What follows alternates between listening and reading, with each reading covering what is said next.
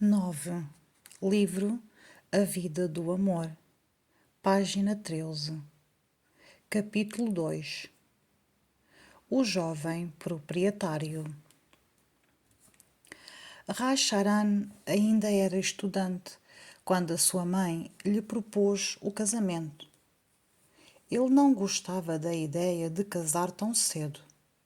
Contudo, as insistências da sua mãe, tão sofrida, eram grandes, e o seu coração bondoso ensinou-lhe que era melhor ceder e dar-lhe tranquilidade do que rebelar-se e aumentar o sofrimento de uma vida já tão marcada pela perda do marido e de 3 filhos. Assim, numa bela manhã, casou-se. Pouco tempo depois do casamento, a sua mãe faleceu. O alvorecer da sua vida futura. A morte da sua mãe foi um choque e uma profunda chamada de atenção para Rasharan. A luz da sua futura vida começou suavemente a despontar. Muitas vezes procurava a solidão e, quando estava sozinho, cantava. Quando tomarás o nome do Senhor, os dias estão contados e inevitavelmente chegarão ao fim. As gotas de água sobre a flor de lótus são instáveis, caem ao sopro da mais suave brisa. Assim também é a vida. A morte vem e leva-a consigo. Os membros ainda estão lá, mas já não os podes mover. Os olhos existem, mas a luz partiu. Os ouvidos permanecem abertos, mas já não conseguem ouvir o nome do Senhor na hora da morte. Assim refletia ele acerca da condição humana. Hoje vivo, amanhã morto, agora aqui, logo desaparecido. A mais longa das vidas era apenas um breve dia. Era preciso aproveitar o tempo enquanto o sol brilhava. Era necessário resolver o mistério da vida antes que a sombra da morte chegasse e tudo terminasse deste lado da pira funerária. Ainda assim, Rasharan sentia que o momento de abandonar completamente o mundo ainda não tinha chegado. Havia deveres familiares que precisava cumprir antes de partir para a grande missão da sua vida. Começou então a administrar as propriedades da sua família, bem como as do seu sogro, em Gorakali.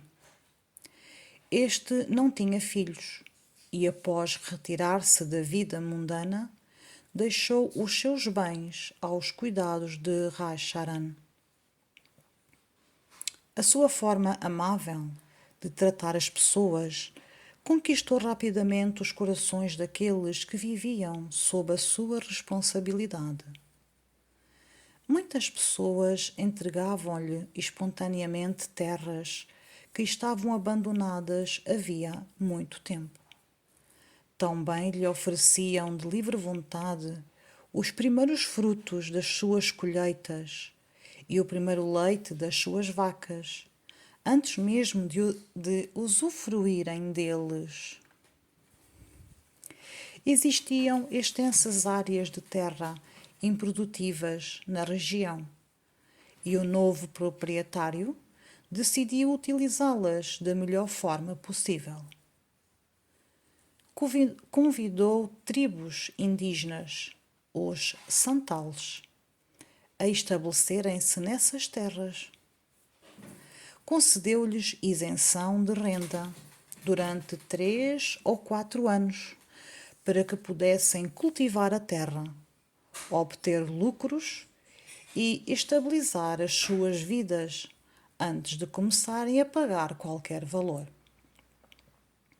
Desta forma, a produção aumentou e os rendimentos das propriedades cresceram consideravelmente. A sua inteligência e capacidade administrativa chamaram a atenção de um grande proprietário da região de Stirambur, Babu Ashutosh Goswami, que o nomeou administrador da sua propriedade de Mahmudpur.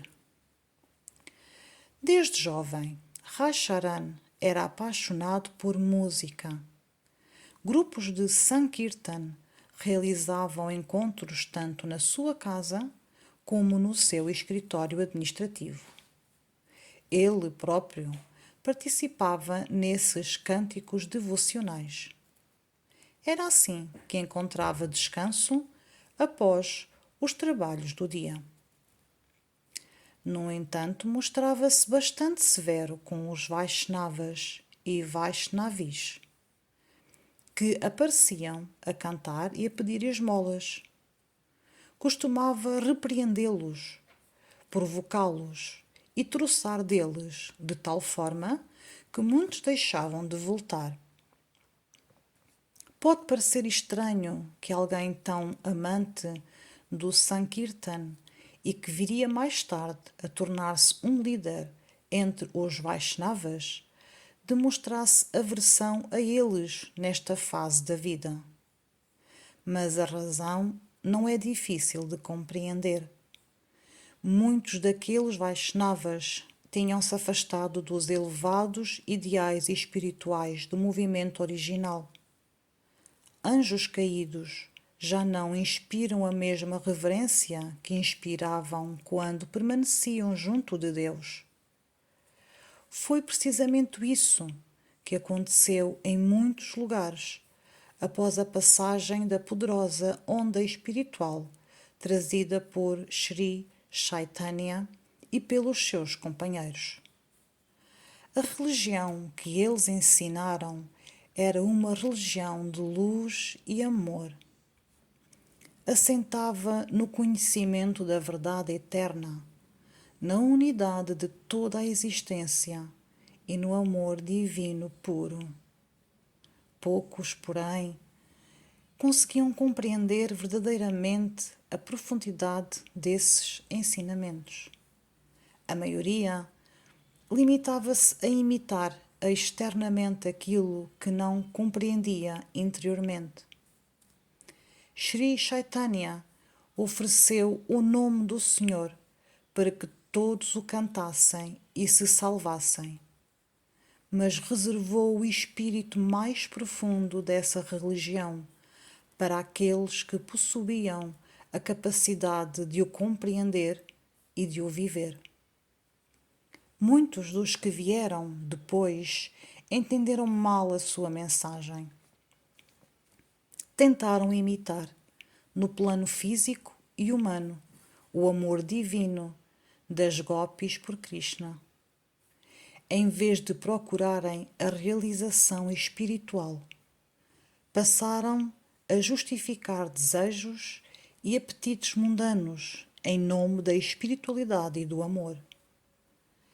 Era como uma única mancha negra num tecido branco, pequena, mas suficiente para chamar toda a atenção.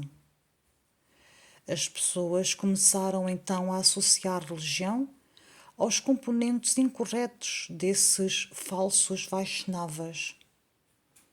Era este pseudo-Vaishnavismo que Raicharan desaprovava e corrigia.